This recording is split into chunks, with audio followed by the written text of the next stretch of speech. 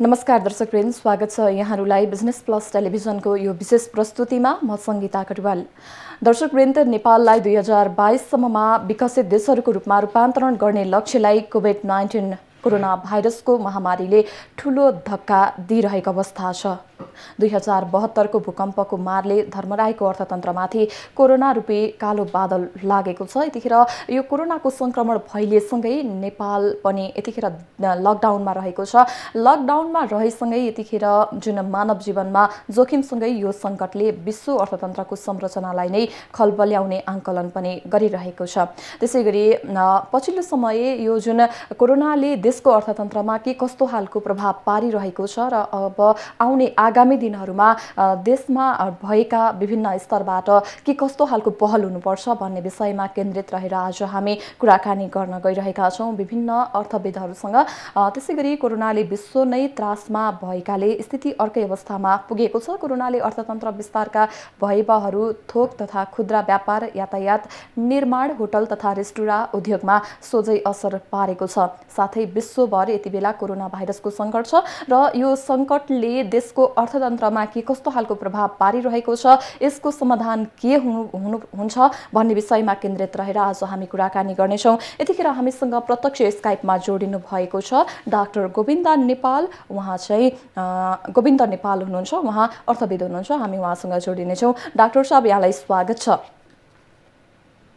धन्यवाद। अहिले यो जुन कोरोनाको संक्रमण फैलिएसँगै यतिखेर देश लकडाउनमा रहेको छ। देश लकडाउनमा रहेसँगै यहाँले समस्या र चुनौतीहरू के देख्नुहुन्छ, बताइदिनुहोस्। पहिलो चुनौती र समस्या त के हो भन्दाखेरि देश लकडाउनमा रहेपछि प्राय सबै जसो आर्थिक क्रियाकलापहरू, सामाजिक क्रियाकलापहरू, सांस्कृतिक क्रियाकलापहरू बन्द प्राय छन् र मुलुक अहिले चाहिँ एक किसिमले आफै एउटा बन्दीको अवस्थामा मुलुक छ, जसले गर्दाखेरि हाम्रा उत्पादन प्रक्रियाहरू, हाम्रा आर्थिक क्रियाकलापहरू अहिले चलिरहेछन्, जसले गर्दाखेरि यसको असर विभिन्न क्षेत्रहरूमा, मुलुकको समग्र आर्थिक स्थितिमा, मुलुकको सामाजिक स्थितिमा पर्ने कुरा चाहिँ निश्चित नै छ। त्यसै गरी अहिलेको अवस्थामा खास गरेर विभिन्न मुलुकहरूबाट नेपालमा फर्कन चाहने, नेपालबाट अरू मुलुकमा जान चाहने, नेपालभित्रै पनि एउटा क्षेत्रबाट अर्को क्षेत्रमा जान चाहने, एउटा प्रदेशबाट अर्को क्षेत्रमा, एउटा जिल्लाबाट अर्को जिल्लामा जान सक्ने अवस्थाहरू छैन र अहिले मानिसहरू एउटा बन्दको अवस्थामा छन्।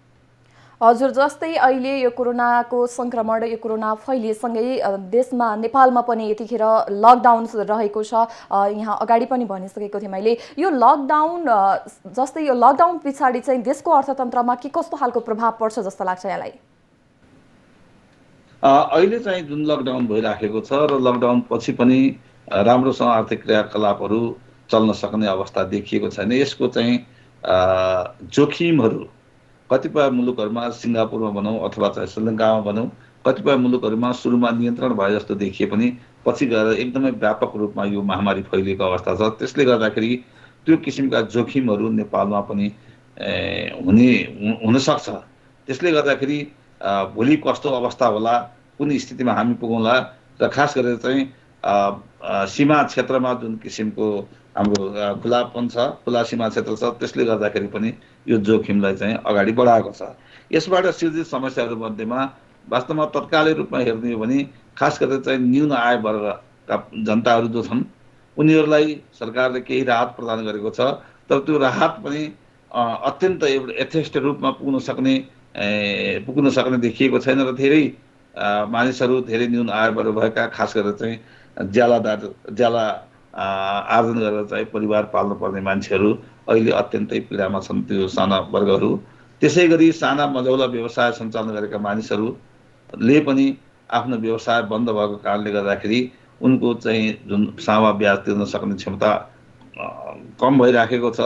त्यसै गरी उनीहरूका उत्पादनहरू बिक्री नभइराखेको हुनाले उनीहरूको चाहिँ जुन चालु पुँजी पनि एकदम समाप्त हुँदै गइराखेको छ र यो खास गरेर चाहिँ नेपालमा यो जुन महामारीको प्रभाव भनेको मुख्य रूपमा कहाँ देखिरहेको छ भन्दाखेरि तपाईँको पर्यटन क्षेत्रहरूमा हवाई यातायातहरू ठप्प भइरहेका छ, होटलहरू बन्द छन् र यो एउटा ज्यादै नै एउटा जटिल अवस्थामा छ र मुलुकको चाहिँ आयात निर्यातमा पनि यसको प्रत्यक्ष रूपमा प्रभाव परेको छ। त्यसै गरी आर्थिक क्रियाकलापहरू कम भएको कारणले गर्दाखेरि, हुन नसकेको कारणले गर्दाखेरि राजस्वहरू उठिराखेको छैन। आयात निर्यातहरू कम भएको कारणले गर्दाखेरि भन्सारबाट प्राप्त हुने आय चाहिँ राजस्व कम भइराखेको छ।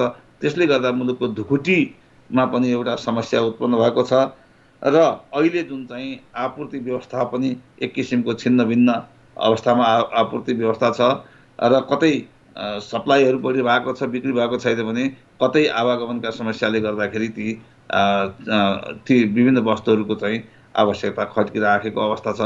यो सबै अवस्थाहरू जुन छन् यसले गर्दाखेरि आर्थिक क्षेत्रमा, वित्तीय क्षेत्रमा र समग्र मुलुकमै एउटा धेरै जोखिमहरू आउन सक्ने अझ पछाडि पनि र अहिले पनि त्यस्ता किसिमको चाहिँ प्रवृत्तिहरू देखिएको अवस्था छ। जस्तै यहाँले भन्नुभयो, अलिकति अगाडि यहाँले यो प्रसङ्ग उठाउनु भएको थियो कि जुन पर्यटक क्षेत्रमा पनि समस्या देखिएको छ भनेर भन्नुभयो। जुन नेपाल सरकारले चाहिँ यति यो 2020मा चाहिँ जति पनि पर्यटकहरू ल्याउने जुन लक्ष्य राखेको थियो त्यो त लक्ष्य पुरा नहुने देखिएको छ। यदि यसको समाधान भइहाल्यो भनेदेखि यो पर्यटकहरू नेपालमा भित्र्याउन जति पनि लक्ष्य राखेको थियो यो के सम्भव हुन्छ जस्तो लाग्छ यहाँलाई? वास्तवमा यो कुरा सम्भव हुँदैन भनेर नै अहिले भिजिट 2020को कुरालाई चाहिँ स्थगित भइसकेको अवस्था पनि छ र अब केही समयसम्म यो पर्यटन क्षेत्र चाहिँ अलिकति प्रभावित हुने स्वभावतः छ। किनभने अन्तर्राष्ट्रिय उडानहरू खुला गर्दै पनि मानिसहरू चाहिँ पर्यटकहरू आउने कुराहरू चाहिँ त्यति रुचिकर र त्यो सङ्ख्यामा हुन सक्ने सम्भावना छैन र मुलुकभित्रैको चाहिँ आन्तरिक पर्यटन पनि मलाई लाग्छ केही समयसम्म यो आन्तरिक पर्यटन पनि यदि खुला हुँदाहुँदै पनि आन्तरिक पर्यटनमा चाहिँ पनि वृद्धि हुन सक्ने सम्भावना छैन। त्यसले गर्दाखेरि पर्यटन क्षेत्र यो टोटल्ली प्रभावित हुनेछ, जसले गर्दाखेरि ट्रेकिङ टुरिज्मदेखि लिएर सबै चाहिँ प्रत्यक्ष अप्रत्यक्ष चाहिँ तपाईँको यसको प्रभाव हेर्ने हो भने करिब जिडिपीको कुल गार्हस्थ्य उत्पादनको 8% योगदान गर्छ प्रत्यक्ष र अप्रत्यक्ष रूपमा पर्यटन क्षेत्रले। यो प्रभावित हुने देखिएको छ। हजुर, जस्तै 2072 सालको महाभूकम्प जुन अस्ति भर्खर वैशाख 12 गते 5 वर्ष पुगिसकेको छ र अहिलेको कोरोनाको यो संक्रमण जुन अहिलेको समस्याको विषयमा कति समानता पाउनुहुन्छ यहाँले? एउटा कुरा समानता त एउटा के भन्दाखेरि दुवै चाहिँ के यो चाहिँ प्राकृतिक प्रकोपको रूपमा यसलाई लिन सकिन्छ, दुवैलाई प्राकृतिक प्रकोपमा लिन सकिन्छ। तर पनि के भन्दाखेरि यी दुईटाको बिचमा तात्विक अन्तर के छ भन्दाखेरि हिजो भूकम्प हुँदाखेरि खालि भौतिक ड्यामेजहरू भइराखेको थियो, केही मात्रामा आम्दानीहरू नोक्सान भएको थियो र केही क्षेत्रहरूमा, भौगोलिक क्षेत्रहरूमा मात्र यो सीमित थियो। मान्छेमा त्रास थियो, फेरि पनि आउँछ कि भन्ने। तर पनि के भन्दाखेरि क्षतिको दृष्टिले एउटा निश्चित भौगोलिक सीमाभित्र थियो भने आज यो चाहिँ जुन महामारी छ यसले देशव्यापी रूपमा र विश्वव्यापी रूपमा यसको चाहिँ प्रभाव छ, जसले गर्दाखेरि हामी स्वयं देशभित्र आर्थिक क्रियाकलाप गर्न सक्दैनौँ। त्यसै गरी हाम्रा आर्थिक सम्बन्ध भएका मुलुकसँग पनि हाम्रो चाहिँ कारोबार हुन नसक्ने अवस्था छ। किन भन्दाखेरि सबै प्रभावित छ एउटा प्रभावको दृष्टिले। दोस्रो, अब सबै प्रभावित भइसकेपछि हिजो भूकम्पको निम्ति हामीले अन्तर्राष्ट्रिय दातृ संस्थाहरूबाट सहयोग पाउन सक्ने अवस्था थियो, किनभने उनीहरू त्यति साह्रै प्रभावित थिएनन्। तर आज सबै प्रभावित भएको कारणले गर्दाखेरि हामीले अन्तर्राष्ट्रिय सहयोग जुटाउनको निम्ति पनि आज चाहिँ ज्यादै समस्या चुनौती छ। त्यसले गर्दाखेरि मलाई के लाग्छ भने यी दुईटा प्रकोपहरूमा चाहिँ एउटा चाहिँ स्केलको दृष्टिले यो ज्यादै ठुलो स्केलको र प्रभावको दृष्टिले ज्यादै ठुलो प्रभावको हो। त्यसमाले चाहिँ भूकम्पलाई समाधान गर्नको निम्ति जे जति प्रयास गऱ्यौँ त्यो प्रयासले यसलाई पुग्दैन। भूकम्पले जे जति क्षेत्रमा यसले तपाईँको प्रभावित गरेको थियो त्योभन्दा धेरै व्यापक क्षेत्रमा यसले प्रभाव गरेको छ। भूकम्पले 4-5 वर्षमा त्यसको चाहिँ एउटा पुनरुद्धार हुन सक्ने अवस्था थियो भने अब यसको चाहिँ तपाईँको पुनर्निर्माण रिकभरीको निम्ति चाहिँ ज्यादै नै समय पनि लाग्न सक्छ र ज्यादै बढी रिसोर्स पनि लाग्न सक्छ। जस्तै यहाँले भन्नुभयो यो कोरोना चाहिँ देशव्यापी रूपमा मात्रै नभएर यो विश्वव्यापी रूपमा पनि फैलिरहेको छ। जस्तै यो जुन यसलाई अहिले भूकम्पसम्म दाँच्न सकिँदैन पनि भन्नुभयो यहाँले। जस्तै यो जुन कोरोनाको जुन अहिले नेपालको अर्थतन्त्रमा जति पनि धक्का परेको छ यसको समाधानको उपायहरू चाहिँ के हुन सक्छन्? यसको समाधानको रूपमा सबभन्दा चुनौतीपूर्ण कुरा के छ भन्दाखेरि पहिलो जोखिम के भने अहिले चाहिँ नेपाली युवाहरूले विदेशमा रोजगारीमा गइराखेका थिए। त्यो रोजगारीबाट यदि चाहिँ त्यहाँ रोजगारी प्राप्त गर्न सकेन भने त्यहाँबाट एउटा ठुलो सङ्ख्यामा चाहिँ युवा जनशक्ति यहाँ फर्किन्छ। त्यो फर्किएकोलाई कसरी व्यवस्थापन गर्ने भन्ने एउटा चुनौतीपूर्ण काम छ। त्यस कारणले गर्दाखेरि त्यसको निम्ति सरकारले चाहिँ एउटा क्षेत्रमा मात्रै विचार गरेर हुँदैन। पहिलो कुरा त के भन्दाखेरि उनीहरूलाई बढीभन्दा बढी कृषि क्षेत्रमा खास गरेर चाहिँ आधुनिक यो चाहिँ कमर्सियल एग्रिकल्चरतिर चाहिँ उनीहरूलाई केही मात्रामा एडजस्ट गर्न सकिन्छ जस्तो मलाई लाग्छ। त्यसै गरी चाहिँ साना मझौला उद्योगहरूमा उनीहरूको चाहिँ स्किल अनुसार कतिपयले साना मझौला उद्योगहरू सञ्चालन गर्न सक्नेछन् स्वरोजगारको हिसाबले अथवा अर्को कहाँ रोजगार लिएको हिसाबले। र मलाई के लाग्छ भन्दाखेरि ज्यादै अल्पकालमा राज्यले व्यवस्थापन गर्न गाह्रो हुने हुनाले नेपालमा जति पनि आर्थिक सामाजिक संस्थाहरू छन् काम गरिराखेका उनीहरूको स्किल मिल्ने गरी चाहिँ धेरै संस्थाहरूसँग सरकारले के अनुरोध गर्नु पर्यो भन्दाखेरि एउटा निश्चित समयावधिको निम्ति 1 वर्ष हो कि 1.5 वर्ष हो कि 2 वर्षसम्म हो तपाईँहरूले चाहिँ केही मात्रामा चाहिँ रोजगारी दिएर सहयोग गरिदिनु पर्यो भनेर चाहिँ अहिले त्यो जुन लकडाउन पछिका सञ्चालित क्षेत्रहरूलाई चाहिँ आह्वान गर्नुपर्छ। र मलाई लाग्छ उहाँहरूले जुन चाहिँ एउटा संस्थागत सामाजिक उत्तरदायित्वको अन्तर्गत कतिपय खर्च गर्नुहुन्छ भने यसलाई पनि संस्थागत सामाजिक उत्तरदायित्वको हिसाबले नै त्यो रोजगारी प्रदान गर्ने काममा यो ब्याङ्किङ क्षेत्रका शैक्षिक क्षेत्रका व्यापारिक औद्योगिक क्षेत्रका मानिसहरू र यो जहाँ जहाँ सङ्गठित क्षेत्रहरू छ तिनीहरूले पनि यसको केही अंश चाहिँ रोजगारी प्रदान गर्नेमा चाहिँ सहयोग गर्नुपर्छ। राज्यले आह्वान गर्नुपर्छ र 1.5 वर्षमा राज्यले यस्तो किसिमको चाहिँ सेक्टरहरू यस्तो क्षेत्रहरू चाहिँ पहिलाउनुपर्छ जहाँ अलिकति व्यापक मात्रामा चाहिँ यो रोजगारी दिन सकियोस्, यही बिचमा ट्रेनिङ दिन सकियोस्, यो हिसाबबाट जानुपर्छ भन्ने मलाई लाग्छ। त्यसै गरी सरकारसँग चाहिँ अहिले जुन रोजगारीसँग सम्बन्धित कार्यक्रमहरू छ युवा स्वरोजगारका कार्यक्रमहरूदेखि लिएर प्रधानमन्त्री रोजगारका कार्यक्रमहरूदेखि लिएर अरू जति पनि रोजगारसँग सम्बन्धित कार्यक्रमहरू छ त्यसमा भएका कोषहरूलाई चाहिँ त्यसमा भएका पैसाहरूलाई चाहिँ त्यसको उद्देश्य पूर्ति हुने ढङ्गबाट चाहिँ कहाँ लगाउन सकिन्छ ती युवाहरूलाई त्यहाँ रोजगार दिनेतर्फ चाहिँ लाग्नुपर्छ भन्ने मलाई लाग्छ र यसमा स्थानीय सरकारहरूको पनि भूमिका ठुलो हुन्छ भन्ने ठान्छु। हजुर, जस्तै अहिले यो देश सङ्क्रमणबाट गुज्रिरहेको अवस्थामा हालको अवस्थामा चाहिँ कस्तो खालको राहतको आवश्यक देख्नुहुन्छ यहाँले? अहिले राहतको सबभन्दा पहिला त के भन्दाखेरि न्यून आय वर्गहरूको लागि राहत दिने कुरा एउटा त्यसमा चाहिँ सरकारले ध्यान दिएको छ, त्यो राम्रो कुरा पनि हो। अर्को कुरा के भन्दाखेरि खास गरेर चाहिँ बिजनेस कम्युनिटीहरूलाई यो ब्याङ्किङ क्षेत्रबाट दिने चाहिँ ब्याज अनुदान दिनको निम्ति ब्याज छुट दिनको निम्ति नेपाल राष्ट्र ब्याङ्कले 2% छुट दिनको निम्ति जो कोरोनाबाट प्रभावित छन् उनीहरूलाई भनेको छ। मलाई के लाग्छ भन्दाखेरि ब्याङ्किङ क्षेत्रमा लाई पनि यो चाहिँ क्रस सब्सिडाइज गर्ने हिसाबबाट चाहिँ इन्ट्रेस्टलाई हेर्नुपर्छ भन्ने मलाई लाग्छ। एउटा कुरा के भन्दाखेरि जस्तो जो कोरोना प्रभावित बिजनेसहरू छ त्यसमा त के भन्दाखेरि अहिले उत्पादन भइरहेको छैन, बिक्री पनि भइरहेको छैन, त्यसनाले उनीहरूलाई ब्याजमा सहुलियत दिन्छ भने केही इन्डस्ट्रीहरू जो चाहिँ अहिले यो कारणले महामारीको कारणले असाध्यै फस्टाएका छन्, एकदम थ्राइभिङ इन्डस्ट्रीको रूपमा आएका छन्, जस्तो भन्नुहोस् न आइटी इन्डस्ट्री भन्नुहोस्, त्यसै गरी चाहिँ औषधिसँग सम्बन्धित इन्डस्ट्रीहरू भन्नुहोस् र यो किसिमको जुन चाहिँ र चाहिँ खुद्रा व्यापारहरू त्यो खाद्यान्न आपूर्तिसँग सम्बन्धित खुद्रा व्यापारहरू भन्नु, अब यो क्षेत्रलाई जुन किसिमको एउटा अहिले परिस्थितिले एउटा अत्यन्त नाफा प्राप्त गर्न सक्ने अवसर सिर्जना भएको छ, यसलाई चाहिँ केही मात्रामा चाहिँ यसलाई दिने ब्याजमा यसबाट लिने ब्याजमा केही मात्रामा चाहिँ अलिकति रिभिजन गरेर अलिकति केही मात्रामा एडजस्ट गर्नको निम्ति बढी लिन पनि सकिन्छ।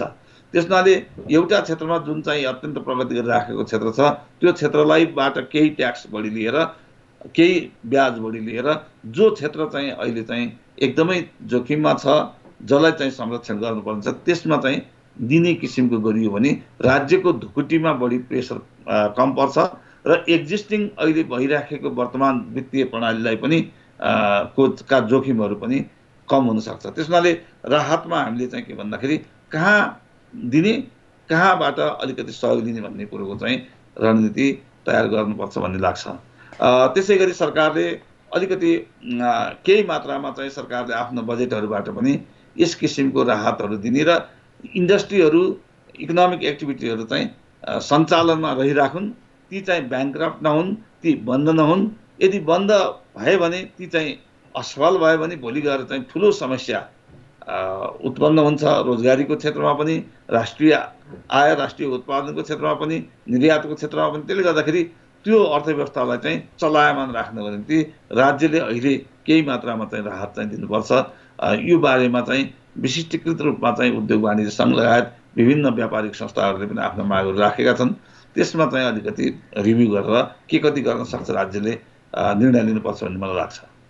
हजुर, जस्तै सरकारले जुन यो कोरोनाभन्दा अगाडि जुन प्रक्षेपण गरेको थियो आर्थिक वृद्धि दरमा पनि अलिकति ह्रास आउने देखिएको छ होइन, कुन हदसम्म यो ह्रास आउने देख्नुहुन्छ यहाँले? कुन हदसम्म चाहिँ यहाँले खुम्चुनी देख्नुहुन्छ? अलिकति प्रक्षेपण गरिदिनुहोस् न। प्रक्षेपण गर्नुहुन्छ अहिले अहिले अहिले चाहिँ वास्तवमा यो कमन सेन्सबाट पनि अहिले हेर्दाखेरि के देखिन थाल्यो भने अलिकति यो हामीले सोचे भन्दा अलिकति बढी लम्बिने समयहरू लिने र एक्टिभिटीहरू चाहिँ केही लामो समयसम्म गर्न नसकिने हुनाले हामीलाई के लागिरहेको छ भने अहिले चाहिँ 1 देखि 2% को मात्रै वृद्धि हुनसक्छ कि यो सालको आर्थिक वृद्धि दर चाहिँ 1 देखि 2% भित्र हुनसक्छ कि भन्ने लागेको छ। यद्यपि विभिन्न संस्थाहरूले चाहिँ अन्तर्राष्ट्रिय संस्थाहरूले करिब 2 देखि 3% सम्मको चाहिँ आकलन गरेका छन्, 1.5 देखि 3% सम्मको आकलन गरेका छन्। तर पनि अहिले चाहिँ जुन किसिमको समस्याहरू बलिरहेका छ, लकडाउनको अवधि बढिरहेका छ, इकोनोमिक एक्टिभिटिजहरू चाहिँ अहिले चाहिँ मतलब गर्न सकिएको छैन। त्यसले गर्दाखेरि मलाई लाग्छ 1 देखि 2 कै बिचमा मात्रै हुन्छ कि भन्ने चाहिँ मलाई लाग्छ। हजुर, जस्तै अब आगामी आउने दिनमा यो कोरोना सकिसकेपछि, देशमा लकडाउन हटिसकेपछि चाहिँ नेपालको अर्थतन्त्रमा चुनौती र थप अवसरहरू यहाँले केही पाउनुहुन्छ? अब यो चाहिँ समस्या समाधान भइसकेपछि यसले केही समय लिन्छ। जबसम्म चाहिँ खोप चाहिँ एउटा आविष्कार भएर खोपको चाहिँ पहुँच, भ्याक्सिनमा पहुँच जबसम्म चाहिँ सबै देशमा हुँदैन, नेपालमा पनि त्यो बेलासम्म चाहिँ ढुक्क हुन सकिने अवस्था चाहिँ नहोला।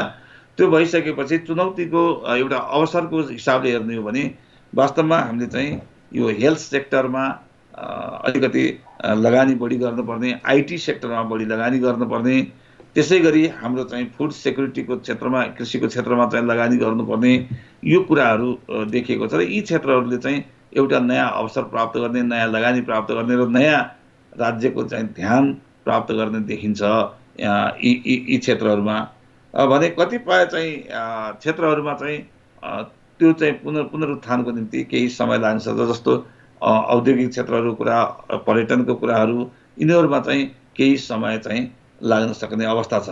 तर अहिले चाहिँ बढी आउन सक्ने चाहिँ आइटी सेक्टरहरू र त्यसपछि गएर चाहिँ यो फार्मास्युटिकल क्षेत्रहरू, यिनीहरू चाहिँ अलि अगाडि आउन सक्ने सम्भावनाहरू देखिरहेछ। हस्, यहाँलाई समयका लागि धन्यवाद। यहाँलाई पनि धन्यवाद मेरो आफ्नो विचार प्रस्तुत गर्नेमा समय दिनुभयो। बिजनेस प्लस टिभीलाई पनि धन्यवाद। दर्शकवृन्द, हामीसँग हुनुहुन्थ्यो डाक्टर गोविन्द नेपाल। उहाँ चाहिँ अर्थविद हुनुहुन्थ्यो र उहाँले जुन नेपालको अर्थतन्त्रमा यो कोरोनाले पारेको प्रभाव के कस्तो रहेको छ र यसको समाधान कसरी गर्न सकिन्छ आगामी आउने दिनहरूमा, त्यसै गरी जुन अब आगामी आउने दिनहरूमा जुन क्षेत्रमा जुन यो कोरोनाको प्रभाव परेको छ यसको समाधानका लागि जुन सम्बन्धित निकायहरू कसरी अगाडि बढ्नुपर्छ भन्ने विषयमा केन्द्रित रहेर हामीसँग कुराकानी गरिरहेका थियौँ।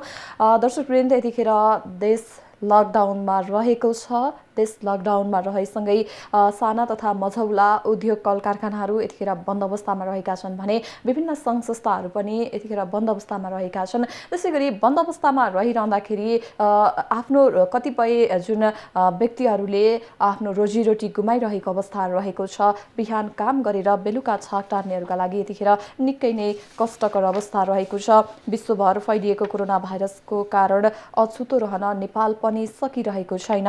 कोरोनाका कारण सिधै असर पर्ने क्षेत्रमध्येमा रोजगारी पनि हो। यतिखेर विभिन्न देशमा जुन रोजगारीका लागि बाहिरिएका विदेशिएका नेपाली दाजुभाइ दिदीबहिनीहरूले पनि यतिखेर रोजगारी गुमाइरहेको अवस्था रहेको छ भने यसले नेपालको अर्थतन्त्रमा, यो कोरोनाको कारणले नेपालको अर्थतन्त्रमा ठुलो धक्का पुगेको छ।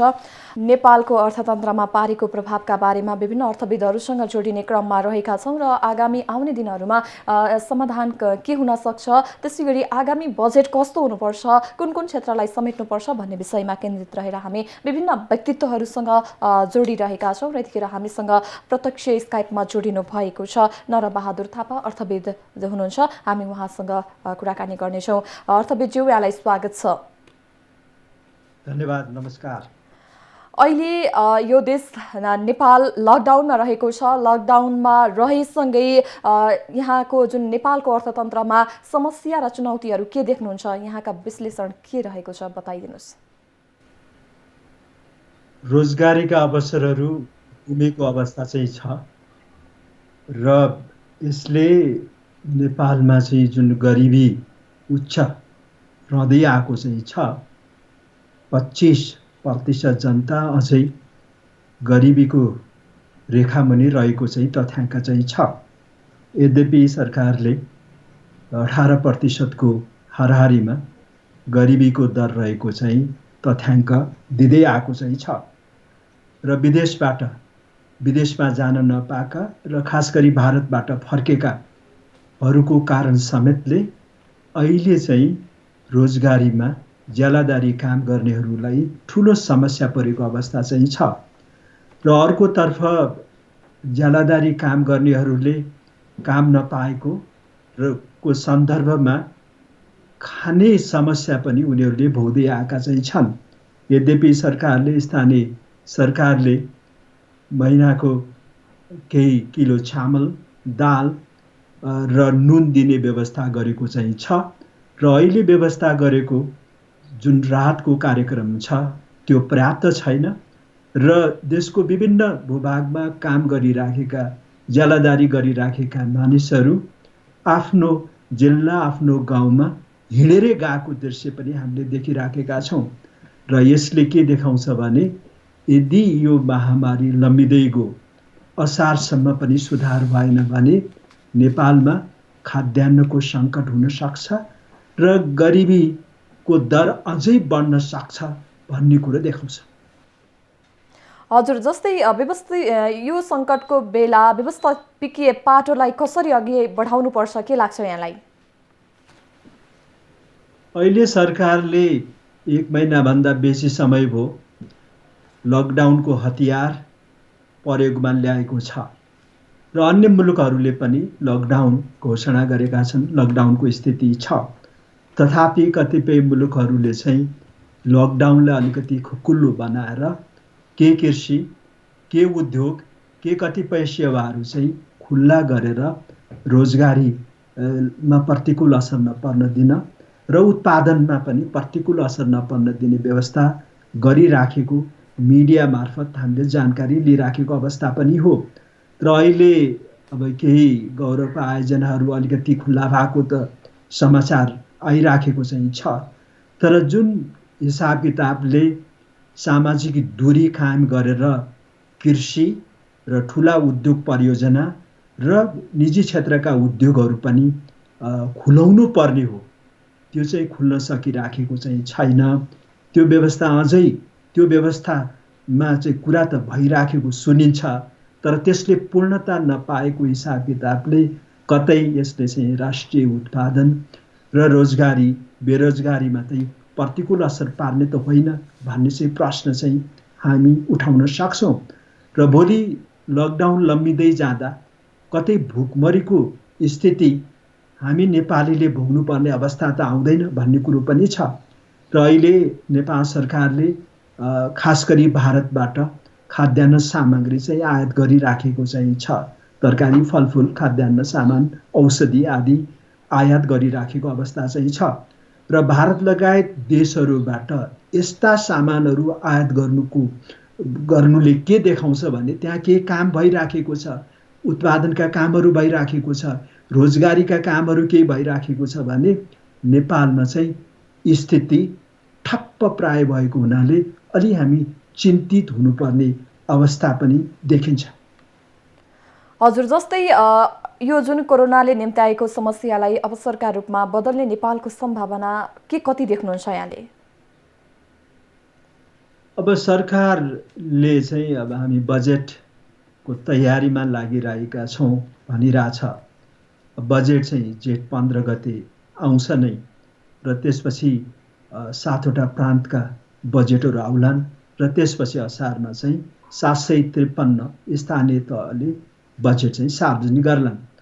तर जुन स्थिति अहिले देखा परेको छ, जुन महामारी छ, यसलाई दृष्टिगत गर्दा 1 महिना 1.5 महिना पछि आउने बजेट र त्यस मार्फत सरकारले केही राहत र पुनरुत्थानका कार्यक्रमहरू ल्याउँदा राम्रै त हुन्छ, तर कतै हामीले विलम्ब त गरिराखेका छैनौँ। छिटो छिटो गर्नुपर्ने कामहरू बजेटको नाममा, अरू चाहिँ को नाममा हामीले स्थगित गरिराखेका त छैनौँ भन्ने प्रश्न चाहिँ उठ्न सक्छ। हजुर, जस्तै यहाँले बजेटको कुरा गरिरहँदाखेरि जुन अब आउने बजेटमा चाहिँ के कस्तो क्षेत्रलाई चाहिँ समेट्नुपर्छ बढी जस्तो लाग्छ यहाँलाई? प्राथमिकता स्पष्ट नै छन्। यो महामारीले देखाएको प्राथमिकताहरू हामी सामु चाहिँ स्पष्ट नै छन्।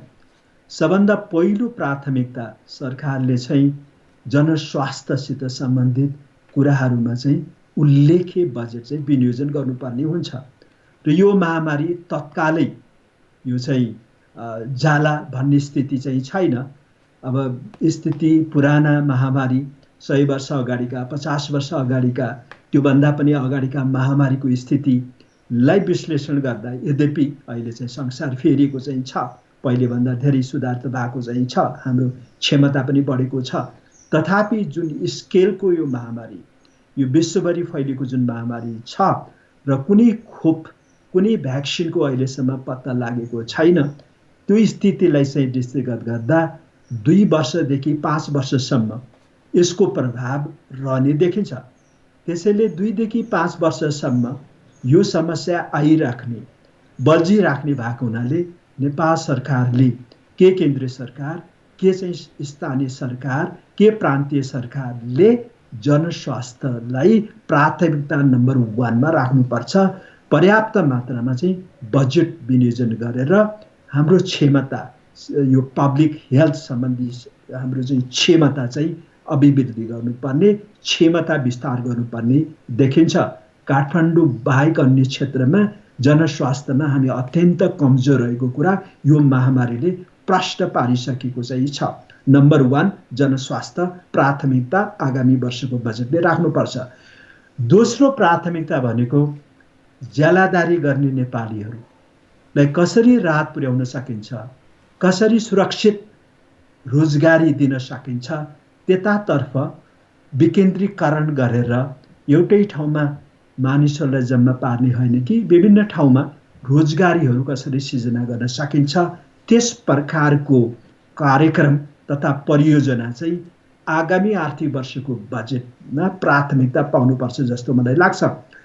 र अर्को प्राथमिकता यसैसित सम्बन्धित के छ भने अलिकति यो लकडाउनलाई खुकुलो पार्दा साथ र अन्तर्राष्ट्रिय विमानस्थल खुल्ला गर्दा साथमा विदेशमा रहेका नेपालीहरू कमसेकम 30 देखि 50% चाहिँ फर्किन सक्ने अवस्था चाहिँ छ र उनीहरूको व्यवस्थापन कसरी गर्ने, उनीहरू फर्किँदा जनस्वास्थ्यमा, क्वारेन्टिनमा, आइसोलेसनमा कसरी राख्ने, त्यो सम्बन्धमा हाम्रो क्षमता विस्तार चाहिँ 753 स्थानीय तह सातै प्रदेशमा चाहिँ क्षमता विस्तारको लागि केन्द्रीय सरकारले चाहिँ बजेट छुट्याउनुपर्छ जस्तो लाग्छ। र त्यसपछिको भनेको अहिले यो साना तथा मझौला उद्यमीहरू चाहिँ छन् जसले चाहिँ हाम्रो कुल रोजगारीमा 85% रोजगारी दिएको अवस्था केन्द्रीय तथ्याङ्क विभागले पोहोर साल सार्वजनिक गरेको यो श्रम शक्ति सर्वेक्षण अध्ययनले देखाएको चाहिँ छ। त्यसैले यति ठुलो परिमाणमा रहेको यो अनौपचारिक क्षेत्रमा जुन रोजगारी गरिराखेको जनशक्तिलाई कसरी व्यवस्थित गर्ने र कुन प्रकारको सुविधा दिएर हामी साना तथा मझौला उद्योग व्यवसायहरूको पुनरुत्थान गर्न सक्छौँ, रोजगारी बचाउन सक्छौँ, उत्पादन बचाउन सक्छौँ, त्यतातर्फ सरकारले चाहिँ राहतको, रिकभरीको, पुनरुत्थान प्याकेज ल्याएर आगामी वर्षको बजेटमा प्राथमिकता दिनुपर्छ जस्तो मलाई लाग्छ। र त्यसपछि हाम्रा चाहिँ जुन ठुला ठुला परियोजनाहरू छन्, के निजी क्षेत्रमा सञ्चालित, के नेपाल सरकारद्वारा सञ्चालित, ती परियोजनाहरूको कार्यान्वयनलाई कसरी अगाडि बढाउन सकिन्छ, रोजगारीका अवसरहरू ती परियोजनामा चाहिँ सिर्जना गर्न सकिन्छ, बचाउन सकिन्छ र हाम्रो क्षमता वृद्धि भोलि चाहिँ महामारीको अन्त्य भइसकेपछि द्रुततर गतिमा आर्थिक गतिविधि बढाउनु पर्ने, उच्च आर्थिक वृद्धि दर हासिल गर्ने किसिमको चाहिँ हैसियत कायम गर्नुपर्ने भएको हुनाले त्यतातर्फ पनि बजेट चाहिँ विनियोजन गर्नुपर्ने देखिन्छ। र अहिले सञ्चालनमा रहेका जुन ठुला ठुला परियोजनाहरू छन् तिनीहरूको पूर्ण कार्यान्वयन गर्ने र थप राष्ट्रिय गौरवका आयोजनाहरू र अहिले कार्यान्वयनमा नरहेका आयोजनाहरू पनि सुचारू गरेर एउटा आयोजनामा कमसेकम 1 अरब वार्षिक खर्च हुने हिसाब किताबले सरकारले के बुढी गण्डकी, के पश्चिम सेती, के अन्य चाहिँ सडक सम्बन्धी पूर्वाधारहरू अगाडि बढाउनु पर्छ। सरकारले 43 अरब बराबरको राष्ट्र ब्याङ्कबाट ओभरड्राफ्ट लिने कानुनी व्यवस्था पनि छ, सुविधा पनि छ। त्यो समेतको उपयोग गरेर आयातमा बढी चाहिँ भर नपर्नुपर्ने, आयातमा धेरै विदेशी मुद्रा खर्चिनु नपर्ने जस्ता पूर्वाधारहरूमा सरकारले बजेट विनियोजन गरेर रोजगारी दिने र अर्थतन्त्रको क्षमता विस्तारमा सहयोग पुर्याउने हिसाबका परियोजनाहरूमा हिचकिचाउनु हुँदैन जस्तो मलाई लाग्छ। त्यसपछि ब्याङ्क तथा वित्तीय संस्थाहरूलाई पनि सुरक्षित राख्नुपर्ने दायित्व सरकारकै नै हो र नेपालमा यस प्रकारको दायित्व चाहिँ साउथ एसियाभन्दा बढी नेपालमा संवेदनशील देखिन्छ जस्तो वर्ल्ड ब्याङ्कको रिपोर्टले देखाएको छ।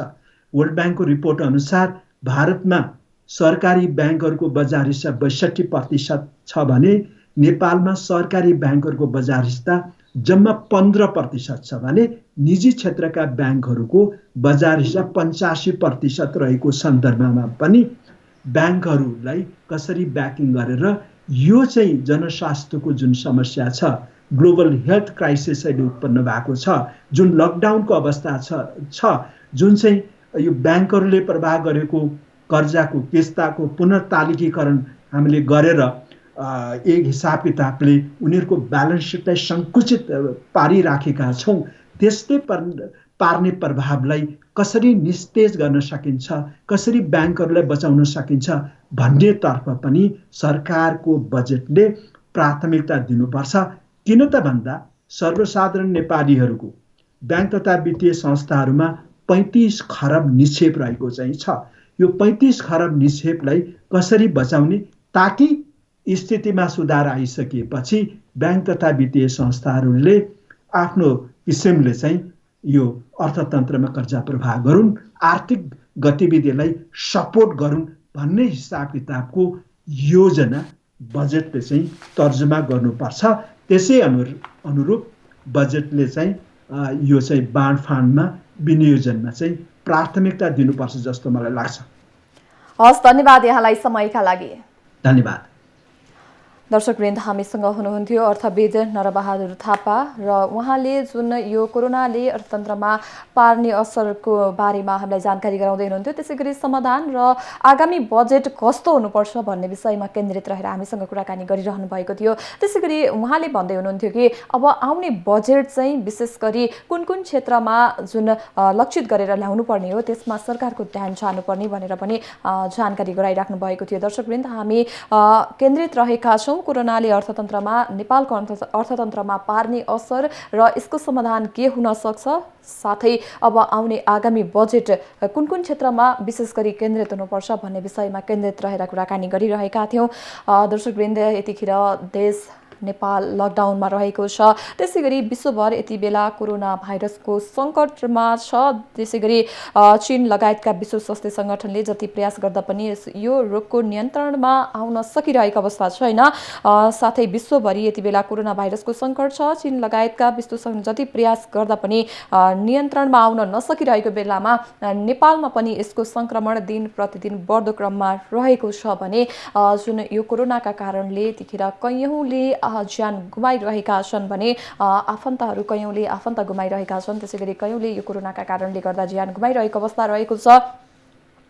दर्शकवृन्द, विशेष गरी आज हामी केन्द्रित रहेका छौँ जुन कोरोनाले अर्थतन्त्रमा पार्ने असर र समाधान, त्यसै गरी आगामी बजेट कुन कुन क्षेत्रमा विशेष प्राथमिकतामा राख्नुपर्छ भन्ने विषयमा केन्द्रित रहेर कुराकानी गरिरहेका छौँ। त्यसै गरी हामी विभिन्न अर्थविदज्यूहरूसँग पनि जोडिने क्रममा रहेका छौँ। साथै उहाँहरूले उहाँहरूको विश्लेषण के कस्तो रहेको छ, त्यसै गरी विश्वभर कोरोना भाइरसको कारणले गर्दाखेरि जति पनि अर्थतन्त्रमा जुन धक्का परेको छ, विशेष गरी नेपालको अर्थतन्त्रमा परेको जुन यो ठुलो धक्का परेको छ र यसको समाधानका उपायहरू के हुन सक्छन् भन्ने विषयमा केन्द्रित रहेर हामी उहाँहरूसँग कुराकानी गरिरहेका छौँ।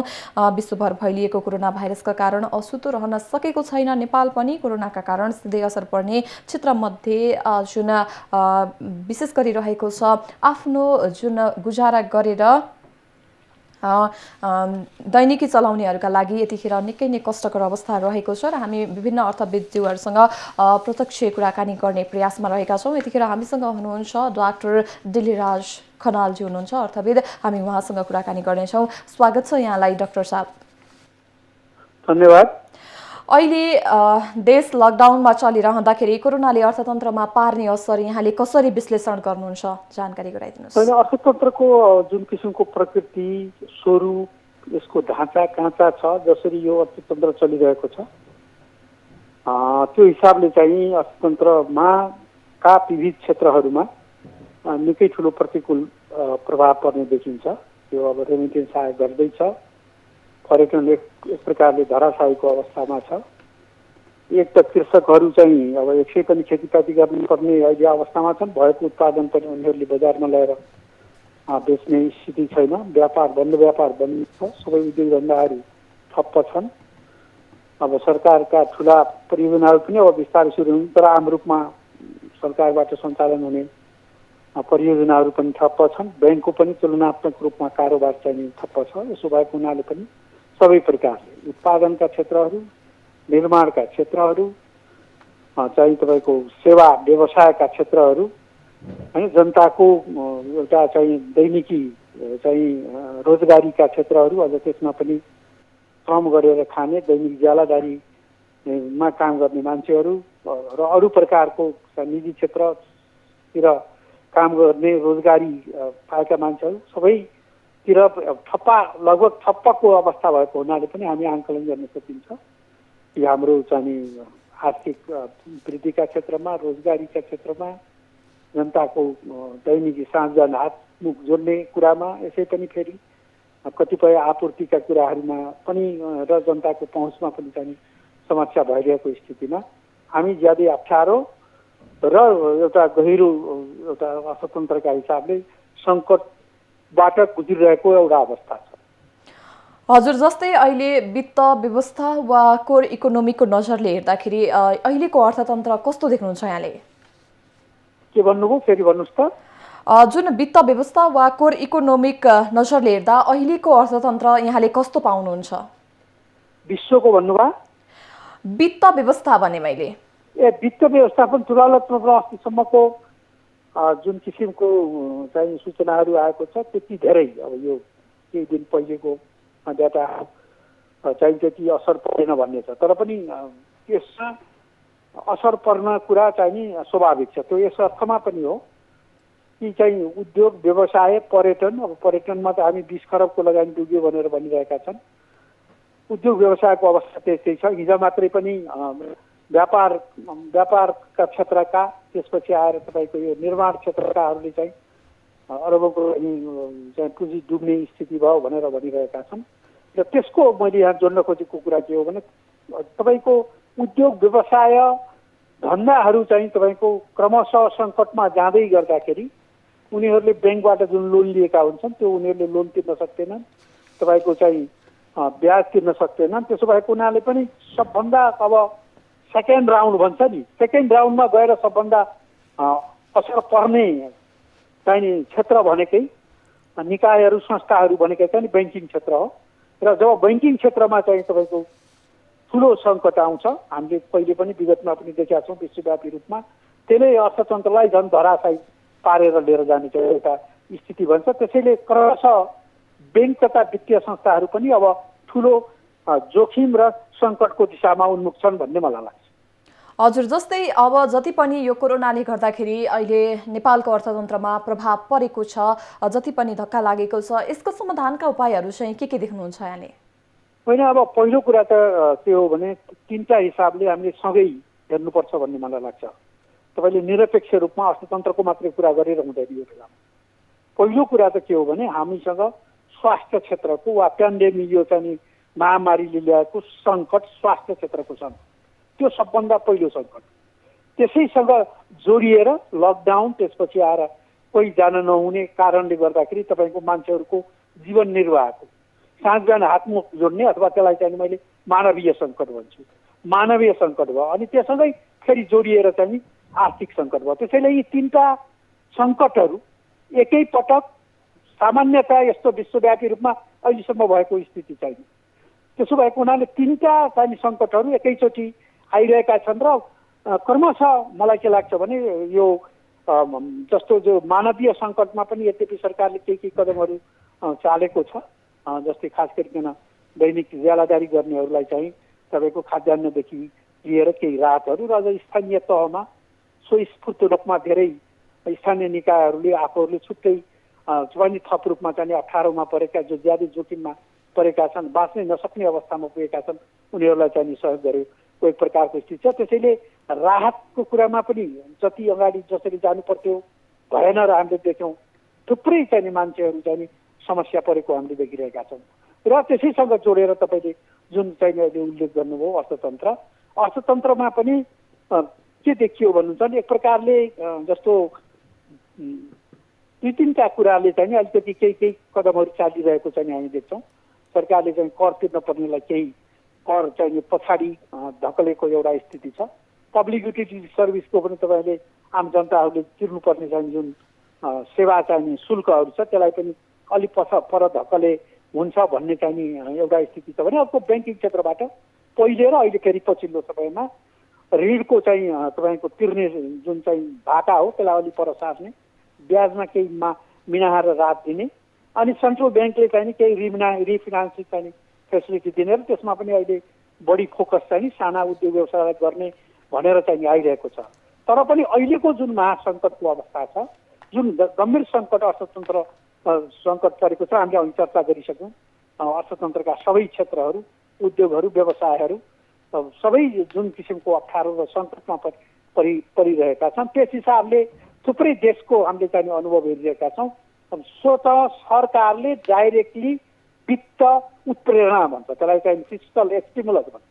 जस्तै अमेरिकाले अस्ति मात्रै पनि 2 ट्रिलियन भन्दा बढीको चाहिँ त्यस्तो वित्त उत्प्रेरणा ल्याएर त्यतिले नपुगेर अस्ति मात्रै कति 500 चाहिँ अरब डलरको चाहिँ तपाईँले साना उद्योग व्यवसायलाई टार्गेट गरेर चाहिँ वित्त उत्प्रेरणाको चाहिने कार्यक्रम ल्याएर विश्वव्यापी रूपमा अहिले आम रूपमा अर्थतन्त्र धराशायी नहोस्, समाप्त नहोस् भन्नको निम्ति तपाईँले यस्तो वित्तीय प्रेरणाका चाहिने कार्यक्रमहरू आइरहेका छन्। यद्यपि हामीले सुनिरहेका छौँ सरकारले यो वा त्यो ढङ्गले विभिन्न क्षेत्रमा कहाँ कति तपाईँको अर्थतन्त्रको अथवा त्यही सङ्कटमा परेका क्षेत्रहरूलाई अलिकति जाने बचाउनको निम्ति, उकास्नको निम्ति के गर्नु पर्ला भनेर कार्य गरिरहेको छ र बजेटबाट त्यसलाई सम्बोधन गर्ने ढङ्गले चाहिँ तयारी भइरहेको छ भन्ने चाहिँ बुझिन्छ। तर मलाई के लाग्छ भन्नुहुन्छ भने जसरी चाहिँ सङ्कट जुन ढङ्गले जुन आकारबाट चाहिँ अगाडि बढी चाहिँ गम्भीर बन्दै गइरहेको छ, उद्योग व्यवसायमा काम गर्ने क्षेत्रहरू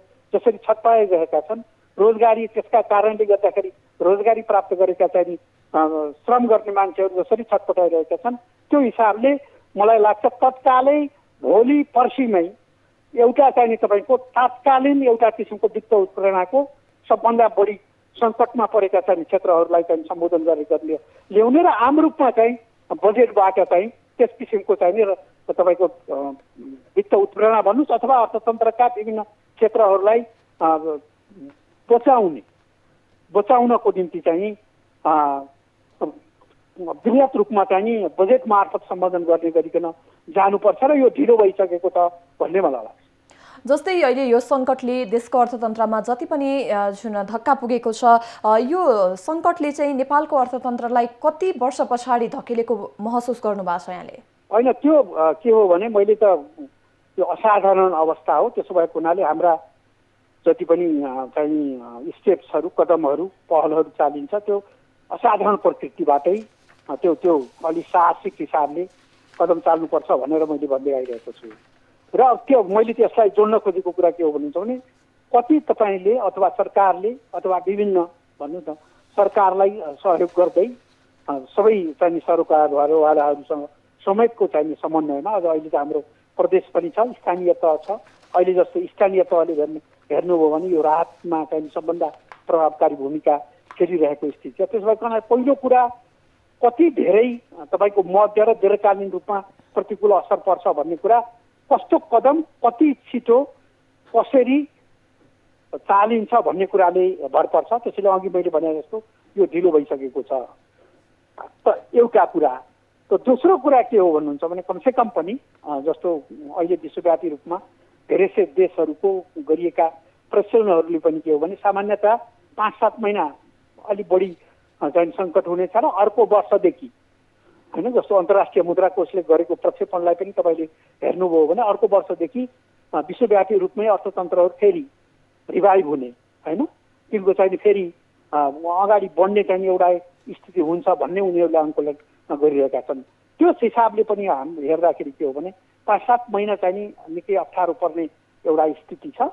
तर पनि के हो भन्नुहुन्छ भने हाम्रो अघि मैले भन्दै गर्दाखेरि अर्थतन्त्रको चरित्र भन्दाखेरि एउटा हाम्रो चाहिँ अलिकति पोजिटिभ जान सकिने के हो भने अहिले पनि हाम्रो अर्थतन्त्रमा कृषिको भूमिका वा कृषिको योगदान, कन्ट्रिब्युसन र अझ त्यो सम्भावनाका हिसाबले पनि व्यापक छ। र जुन किसिमले यो अहिले महामारीले अब एउटा मान्छेको चाहिँ विश्व व्यापार सम्बन्धमा, विश्वको चाहिँ विश्व आर्थिक सम्बन्धमा होइन, विश्व कूटनैतिक सम्बन्धमा, विश्वका सहयोगको चाहिँ सम्बन्धमा चाहिँ तपाईँको वैदेशिक चाहिँ रोजगारी वा रेमिटेन्स प्राप्त गर्ने हिसाबले पनि हिजोको जुन अवस्था हो त्यसमा नयाँ ढङ्गले परिवर्तन हुने र मान्छेहरूको व्यवहारमा तपाईँको रहन सहनमा पनि फरक पर्ने र अझ यो दूरी बढाएर कारोबारहरू, गतिविधिहरू, क्रियाकलापहरू, कामहरू गर्नुपर्ने कति समयसम्म हो तपाईँको भ्याक्सिन नआउँदासम्म, त्यो स्थिति भएको हुनाले पनि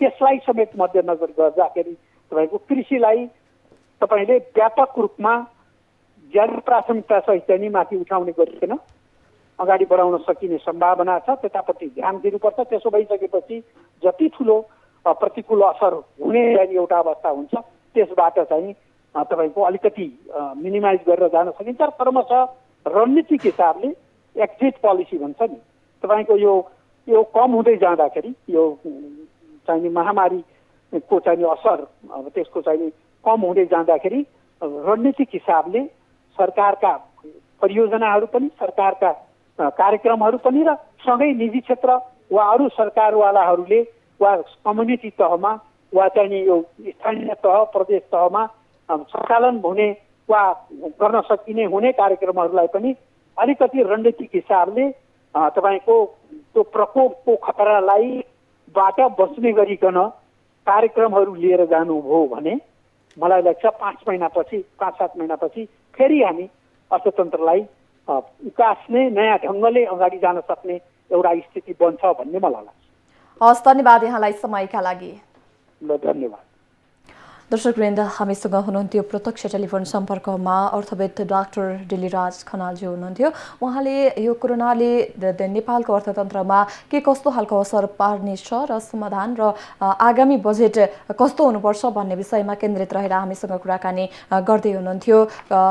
जुन सङ्कटमा अर्थतन्त्र विषयमा हामीले विशेष गरी यो कोरोनाले देशको अर्थतन्त्रमा पार्ने समस्या र समाधान, त्यसै गरी आगामी बजेट कस्तो हुनुपर्छ भन्ने विषयमा केन्द्रित रहेर विभिन्न अर्थविदज्यूहरूसँग कुराकानी गर्ने प्रयास गर्यौं। अहिलेलाई पालो भएको छ ब्रेकको।